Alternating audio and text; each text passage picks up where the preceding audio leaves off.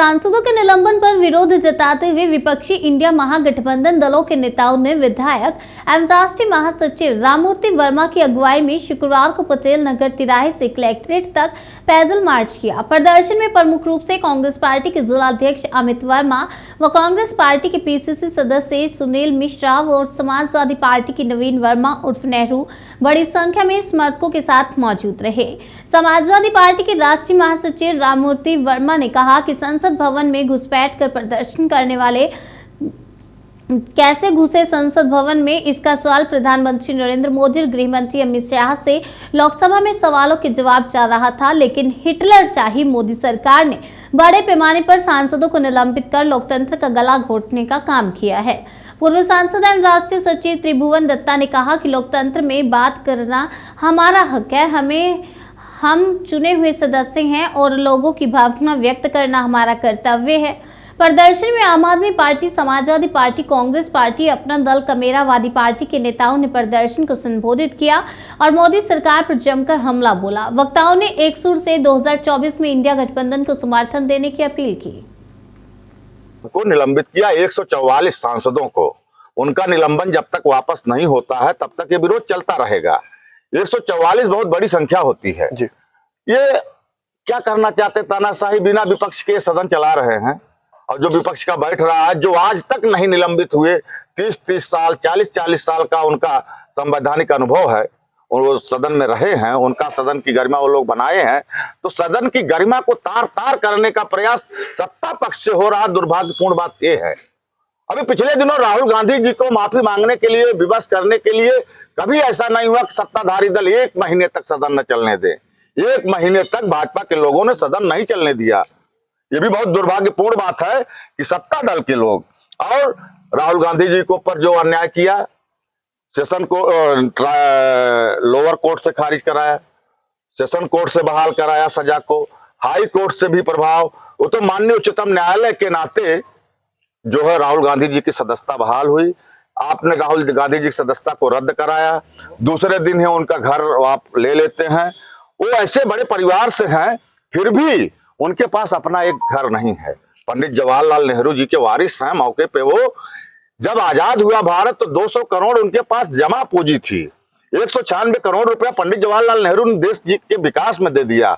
इंदिरा जी प्रधानमंत्री रही, नेहरू जी रहे, राजीव गांधी जी रहे, लेकिन एक घर राहुल गांधी जी के पास नहीं है। मिश्रा जी, आखिरी सवाल यह है कि बड़ी संख्या में सांसदों का निलंबन हुआ, क्या 2024 में गठबंधन इस मुद्दे को बनाएगा कि सवाल पूछने का खामियाजा लगभग 149 सांसदों को भुगतना पड़ा, सिर्फ इतना कि सरकार बताए कि ये कैसे घुसे, जहां सुई नहीं जा सकती, जहां एक भी सामान नहीं जा सकते, वहां इतने लोग इतने सामान लेके घुस गए, तो इसका खामियाजा निलंबन हुआ। तो क्या ये मुद्दा बनेगा 2024? मुद्दा तो बनेगा, मुद्दा निश्चित रूप से बनेगा, क्योंकि सुरक्षा में जो चूक हुई वो बहुत बड़ी गलती है।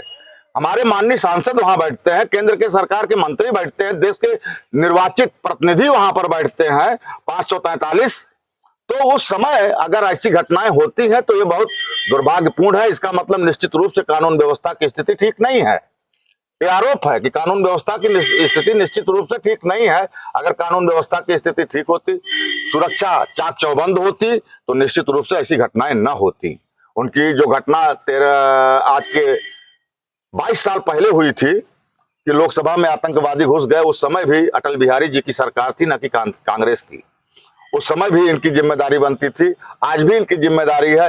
ये जिम्मेदारी और जवाबदेही तो लेना ही नहीं चाहते हैं, केवल ये सारा का सारा ठीकरा विपक्ष के ऊपर फोड़ना चाहते हैं।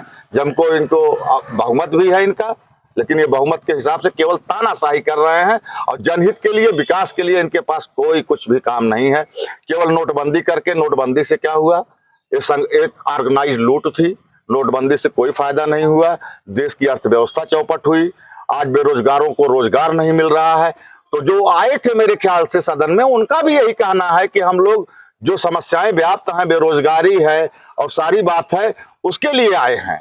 तो उसमें हम लोगों का कोई लेना देना नहीं। पास जो है भाजपा के सांसद के कोटे से बनता है, तो भाजपा के सांसद के ऊपर क्या हुआ जो पास बनाया जिन लोगों ने, उनकी भी तो जवाबदेही जिम्मेदारी तय होनी चाहिए क्योंकि आप केवल पूरे विपक्ष को आप साफ कर देंगे। जो केंद्र की मोदी सरकार है, क्या हिटलर शाही दिखा रही? आप देख रहे हैं कि आज भारतीय जनता पार्टी की जालिम सरकार संविधान और लोकतंत्र को दरकिनार करते हुए, बड़े पैमाने पर संविधान और लोकतंत्र को दरकिनार करते हुए तानाशाही का संकेत दे रही है। और निश्चित तौर से कहीं न कहीं ये संकेत इस देश में संविधान और लोकतंत्र पर बहुत बड़ा खतरा है। आप सभी लोगों को मालूम है कि 13 दिसंबर को संविधान और लोकतंत्र की रक्षा जहां पर की जाती है, जहां पर कानून बनाए जाते हैं, वहां पर सुरक्षा में चूक हुई और बड़े पैमाने पर एक भारतीय जनता पार्टी सांसद के पास पर 2 लोग अंदर प्रवेश कर जाते हैं, जो अफरा तफरी माहौल पैदा हो जाता है। निश्चित तौर से हमारे इंडिया गठबंधन के सांसद उसी को लेकर के प्रधानमंत्री जी और गृह मंत्री जी का बयान पार्लियामेंट में चाहते थे, लेकिन यह तानाशाही की सरकार उनके बयान पर जवाब ना दे करके अलोकतांत्रिक तरीके से 142-43 सांसदों का निलंबन कर दिया, जो निश्चित तौर से लोकतंत्र के खतरे की घंटी है, जिसको लेकर के आज हम लोग परम पूज्य बाबा साहेब डॉक्टर भीमराव अंबेडकर प्रतिमा के बगल में धरना प्रदर्शन पे बैठे थे और ये संकेत देने के लिए आए हैं कि अगर भारतीय जनता पार्टी की सरकार ने तानाशाही को नहीं बंद किया, उनके निलंबन को वापस लेने का काम नहीं किया, तो हम सभी इंडिया गठबंधन के साथी इतनी मजबूत और ताकतवर बना करके आने वाले 2024 में उनको सत्ता से बेदखल करने का। बड़ी बात कही पूर्व सांसद त्रिभुवन दत्त जी, उन्होंने कहा कि आज गठबंधन की